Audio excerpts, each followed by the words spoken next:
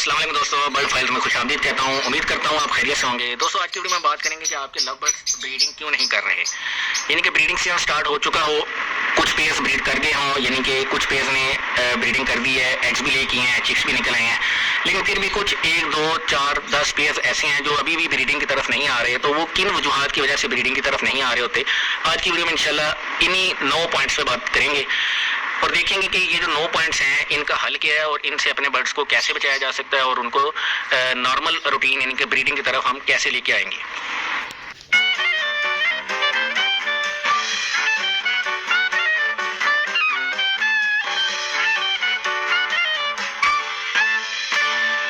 दोस्तों इसमें सबसे पहला पॉइंट है एज फैक्टर। यानी कि अगर हम बात करें लव बर्ड्स की, तो लव बर्ड जो है 9 से 10 माह एज जब क्रॉस करते हैं, यानी इससे बड़े हो जाते हैं, 10 माह के हो जाते हैं, तब वो ब्रीडिंग की तरफ आते हैं। अगर आपके बर्ड्स 10 माह से कम एज के हैं तो फिर आपको वेट करना पड़ेगा और उनकी एज जो है 10 माह के करीब हो जाएगी, तब वो ब्रीडिंग की तरफ आएंगे। उसमें आपने कुछ भी नहीं करना है, जस्ट उनको बेहतरीन जो है डाइट देनी है, सॉफ्ट फूड देनी है, उनका एनवायरनमेंट अच्छा रखना है, साफ पानी आपने देना है।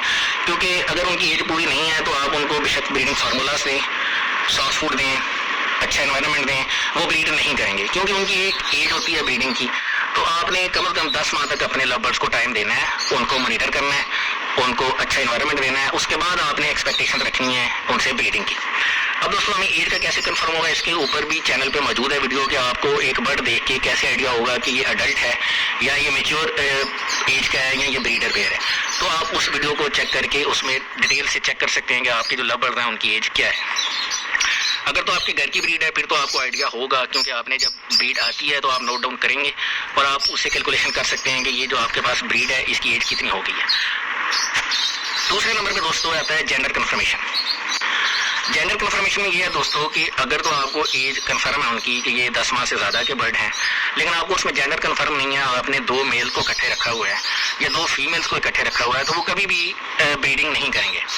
मेल तो आप 3 साल भी इकट्ठे रखें तो एग्स नहीं देंगे।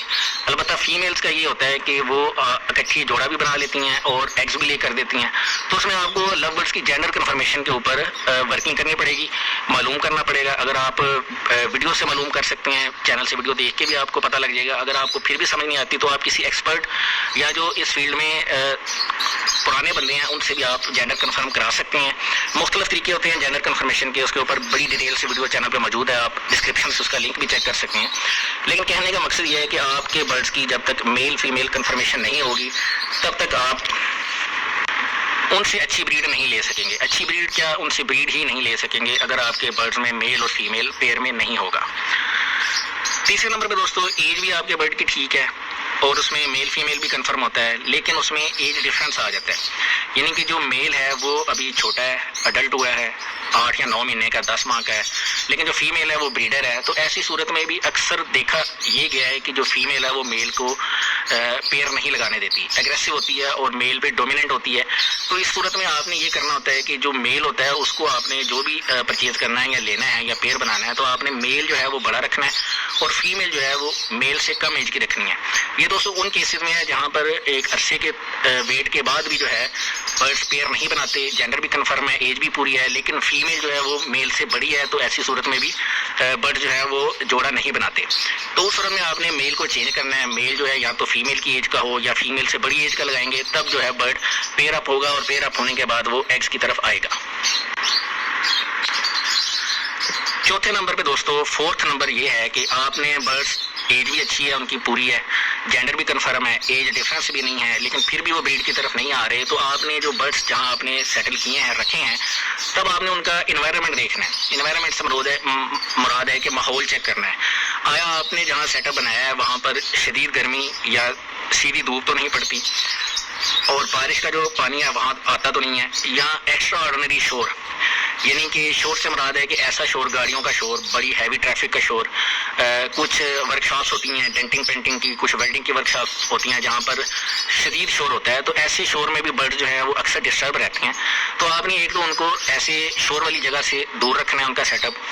और तीसरे नंबर पे उसमें आपने प्राइवेसी देनी है उनको। प्राइवेसी से मुराद है कि अगर तो आपने ऐसे का केज रख दिया जहाँ पर अक्सर जो है नए चेहरे बर्ड्स को फेस करने पड़ते हैं, घर वाले अफराद के अलावा या आपकी मौजूदगी के अलावा वहाँ पर आए दिन जो है बच्चों का गुजर होता है, बच्चे छेड़छाड़ करते हैं उनसे, या कोई भी न्यू पर्सन यानी कि ऐसे मकामात जहाँ पर शॉप वगैरह है साथ, या आपके घर में कोई ऐसी एक्टिविटी होती है जिसकी वजह से लोगों का आना जाना रहता है, तो ऐसे भी माहौल में देखा गया है कि बर्ड्स एज भी पूरी होती है, एज डिफरेंस भी नहीं होता है, जेंडर भी कंफर्म होता है, लेकिन बर्ड्स जो है ब्रीडिंग की तरफ नहीं आ रहे होते क्योंकि वो खुद को वहाँ इनसिक्योर फील कर रहे होते हैं।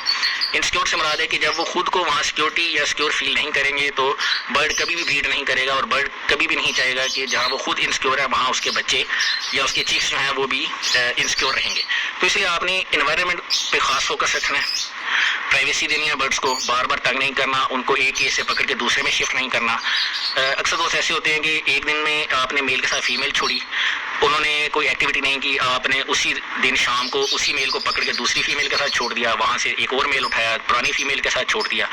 या अगर वो बॉक्स लगाया आपने तो आप डेली बॉक्स को खोल के देख रहे हैं, नेस्टिंग नहीं दे रहे या नेस्टिंग के साथ छेड़छाड़ कर रहे हैं, मतलब इन सेंस के बर्ड्स को आपने तंग करके रखा हुआ है, तो ऐसे बर्ड्स भी जो है वो आराम से या आसानी से ब्रीडिंग की तरफ नहीं आते। जी दोस्तों, 5वें नंबर का पॉइंट है कि आपके बर्ड में वीकनेस है। वीकनेस से मुराद है कि कोई ऐसी डाइट में उसकी कमज़ोरी है, यानी कि आपने या तो उसको मिक्स सीड प्रॉपर नहीं दी, सिर्फ बाजरे पर रखा हुआ है, या आपने उसको सॉफ्ट फूड नहीं दी, या आप उसका जो पानी है वो आप गंदा हो जाता है, 2-2 दिन 3-3 दिन उसको चेंज नहीं करते, तो जिसकी वजह से बर्ड जो है वो फिजिकली और मेडिकली वीक हो जाता है। उसमें आपने कैल्शियम की मिकदार को बहुत फोकस में रखना है, क्योंकि कैल्शियम होगा बर्ड में तो वो एग्स प्रोडक्शन की तरफ आएगी फीमेल, और अगर एग प्रोडक्शन करने के लिए उसकी जो बॉडी रिक्वायरमेंट्स हैं वो पूरी हैं तभी वो ब्रीड की तरफ आएगी। अगर एक बर्ड में कैल्शियम की कमी है तो वो क्रॉसिंग की तरफ फीमेल नहीं जाएगी, और इसी तरह अगर मेल में कैल्शियम की या मिनरल्स की कमी है तो वो भी क्रॉसिंग की तरफ नहीं आएगा। तो इसलिए हमेशा आपने ये फोकस रखना है कि आपने बर्ड्स को जो है न्यूट्रल और मिक्स डाइट देनी है, और उनके जो कैल्शियम सोर्सेज हैं और मिनरल सोर्सेज हैं उनको आपने हर सूरत पूरा रखना है। ये चीज़ें पूरी होंगी तो बर्ड जो हैं वो एग लेइंग की तरफ या क्रॉसिंग की तरफ आएंगे, और क्रॉसिंग की तरफ आएंगे तो एग्स ले होंगे तो फिर अगला मरहला हैचिंग का स्टार्ट होगा। तो ये चीज़ें आपने इनके ऊपर शेड्यूल बना के वर्किंग करनी है। सिर्फ एक दाने पे या सिर्फ एक सोर्स पे आपने रिलाई नहीं करना, उनको जो बैलेंस डाइट देनी है, कैल्शियम और मिनरल्स जो है उनके पूरे रखने हैं, तब आपका बर्ड जो ब्रीडिंग की तरफ आएगा और अच्छे रिजल्ट्स आपको देखने को मिलेंगे। इसके अलावा दोस्तों 6 पॉइंट्स पे है कि एक ऐसा पेयर होता है जो लोनली होता है, यानी अकेला होता है, उसके आसपास कोई बर्ड्स नहीं होते और वो होता भी फर्स्ट टाइमर है, तो जब तक उसको मोटिवेशन नहीं होगी या कंपटीशन नहीं होगा उनके दरमियान में, तो ऐसे पेयर्स भी जो है वो ब्रीडिंग की तरफ नहीं आते। अक्सर पेयर के साथ ये इशू भी होता है कि वो एक सेटअप में ब्रीड कर रहे होते हैं, अच्छी ब्रीड कर रहे होते हैं, लेकिन आप के वही बर्ड जब दूसरे सेटअप में जाते हैं जहां वो अकेले होते हैं और उनके आसपास कोई दूसरा बर्ड नहीं होता, तो वो उस जगह पे जाके ब्रीड नहीं करते। या अक्सर ऐसे पेयर होते हैं जो पेयर अप नहीं हो रहे होते, यानी कि उनके पास ऑप्शन ही नहीं होता, एक फीमेल होती है एक मेल होता है और उनके आपस में केमिस्ट्री मैच नहीं हो पा रही होती। तो ऐसी सूरत में आप ऐसे पेयर के साथ आपको ये चाहिए कि आप उसके साथ एक और मजीद पेयर ला के रखें, तो उससे ये होगा कि जो पुराना पेयर है हो सकता है उसकी फीमेल जो नए पेयर के साथ का मेल है उसके साथ एडजस्ट हो जाए, और जो नया पेयर है उसका जो मेल है वो पुरानी फीमेल के साथ एडजस्ट हो जाए। तो आपने उनको ऑप्शन देना है, खासकर उन पेयर्स के साथ जो एक जगह पे एक ही पेयर हो और वो एक लंबे अरसे तक जोड़ा ना बना रहे हो, उनकी एज भी कंफर्म हो, उनका जेंडर भी कंफर्म हो, उनको आप बैलेंस डाइट भी दे रहे हैं, न्यूट्रिशियस कैल्शियम विटामिन मिनरल्स भी दे रहे हैं, लेकिन वो पेयर अप नहीं हो रहे। तो ऐसी सूरत में आपने उनको कंपटीशन में डालना है। जब कंपटीशन में डालेंगे, चॉइस पे डालेंगे, तो ऐसी सूरत में हत्तुल इम्कान चांसेस होते हैं, 100% चांसेस होते हैं कि जो पुराना पेयर है उसका एक बर्ड जो है वो मेल है या फीमेल है, वो दूसरे पेयर के साथ पैचअप हो जाती है। दोस्तों 7वें नंबर पे एक जेन्युइन मसला जो बड़े सीरियस मसला है वो आता है सोकड़े का। बर्ड्स ब्रीड करते करते एकदम जो है कमज़ोर होना शुरू हो जाता है, उसकी चेस्ट की हड्डी जो है बाहर निकल आती है और वो खाना पीना कम कर देता है, फ्लाइंग कम कर देता है और सुस्त होकर एक साइड पे बैठा रहता है। उसको सोकड़ा हुआ होता है। अच्छे ब्रीडर पेयर्स, बड़े पेयर्स को भी हो जाता है अक्सर, इसमें कोई घबराने वाली बात नहीं है। तो सोकड़े का आपने बेहतरीन सा फोकस करना है, उसको सेपरेट कर लेना है, उसको इलाज करना है, उसको आपने भूख नहीं लगने देनी, उसको आपने हैंड फीडिंग करवानी है।